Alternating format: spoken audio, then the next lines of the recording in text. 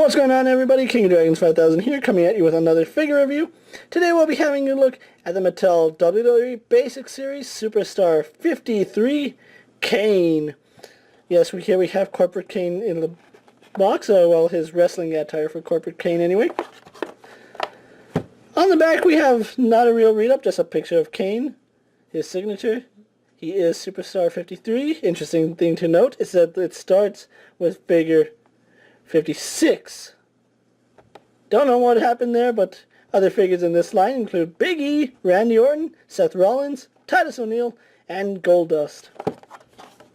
Not much more to say about the packaging, so what I'm going to do now is take a little break, get them opened up, and we'll finish up this review, so sit tight, everyone. And so here we have Corporate Kane posing out of the packaging. Now let's get a good 360 of this guy. Really interesting figure for a basic WWE figure, and that's saying a lot considering I don't normally pick up basic figures, but I had to make an exception this one time because he is a really interesting hodgepodge of pieces. From the torso up, he is basic. From the waist down, he is elite. So kind of enjoy that, seeing that they kind of gave us an elite figure. I have seen some figures that have the torso elite and the legs basic, so this is actually a surprise for me. I kind of feel cheated that he was not an elite figure.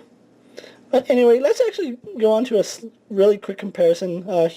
Let's move Corporate Kane off to the side for one moment.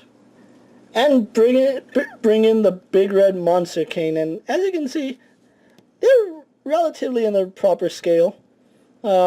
Actually, I think Corporate Kane is just slightly taller than Monster Kane. Surprising. But here's Demon Kane and regular Kane. Moving Demon Kane off to the side. And if you really wanted to, yeah, you can put the mask on this Kane. It's the same head sculpt that we saw with the Demon Kane. But really nice figure. Let's actually go into some of his details really fast. Okay. Really nice head sculpt. It does look quite a bit like Glenn Jacobs, although as Corporate Kane he doesn't wear the contact in his eye, so I don't know why they did that. I guess just to get the point across that this is Kane. The pants have a lot of nice detail in them. The belt buckle is painted, as you can see, but other than that there's no paint on the figure. It's just his face and then that one spot on the belt. So I kind of like what they did with this figure. It's interesting, I'll say that. Moving the camera down. And there's not really much to say about him. He's wearing black slacks. Not the greatest of wrestling attire, I'll say. I think out of all Kane's attires, this is the worst. As you can see, he's not even wearing the glove. He still has the elbow pads, which they're removable if you want to remove them. But really nice head sculpt. Not much more to say about him. He is quite plain, so we'll move on to his articulation.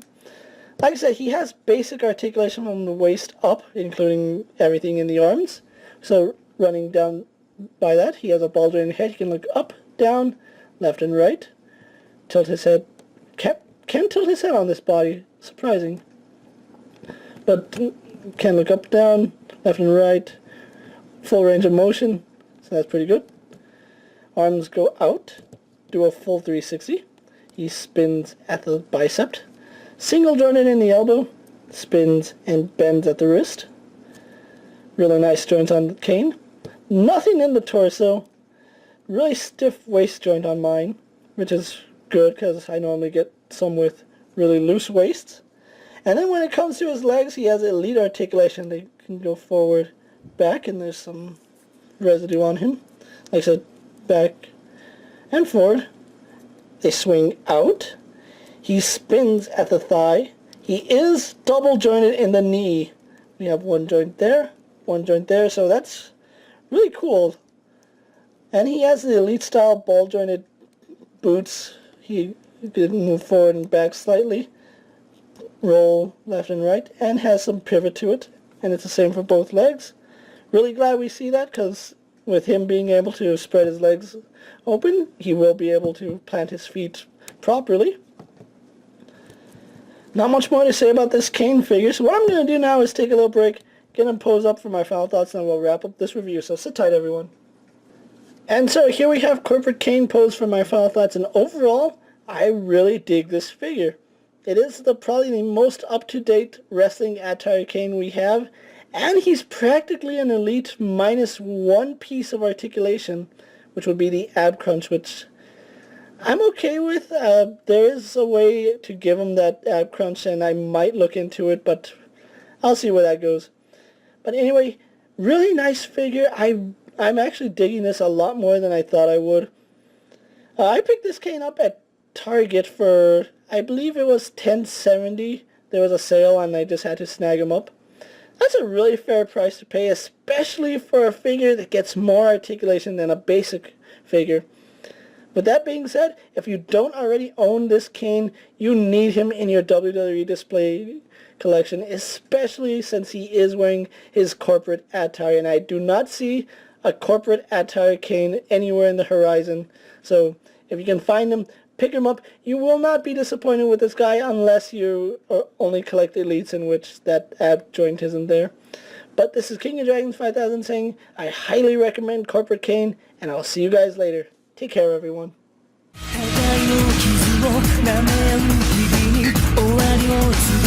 静かに立ち上がる小さな